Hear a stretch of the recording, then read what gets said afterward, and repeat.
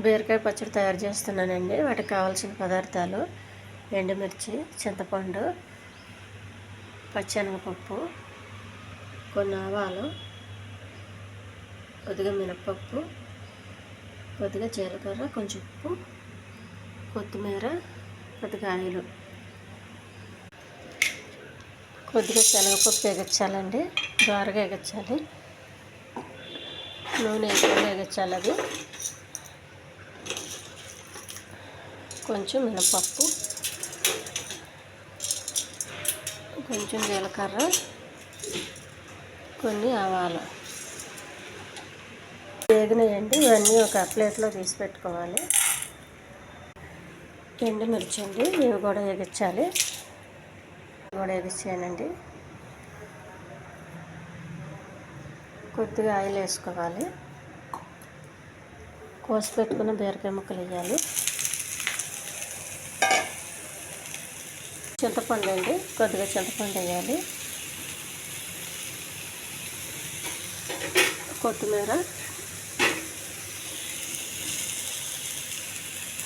దీన్ని కూడా వేగనివ్వాలి.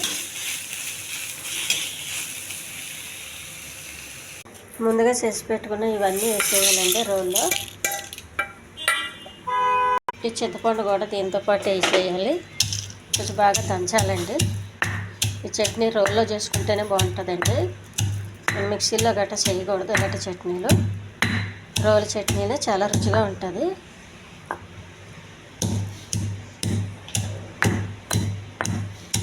ఇవి కొంచెం ఒక్క ముక్క దంచుకోవాలండి. మొత్తం మెత్తగా దంచకూడదు. ఇది మెత్తగా అయిందండి, చాలు.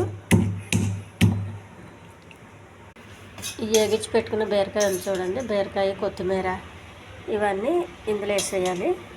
కొంచెం ఒక్క ముక్క దంచాలండి బీరకాయ. ఉప్పుడే కొద్దిగా ఉప్పు వేయాలి మనకు కావాల్సినంత. ఇటువంటి నీరున్న కాయలు ఏ చట్నీ అయినా రోల్లో చాలా బాగుంటుందండి. రోల్లోనే చేయాలి. మనం మిక్సీలో చేస్తే మెత్తగా అయిపోయి బాగోదు. తీసేవచ్చండి, ఇలాగా సరిపోద్ది.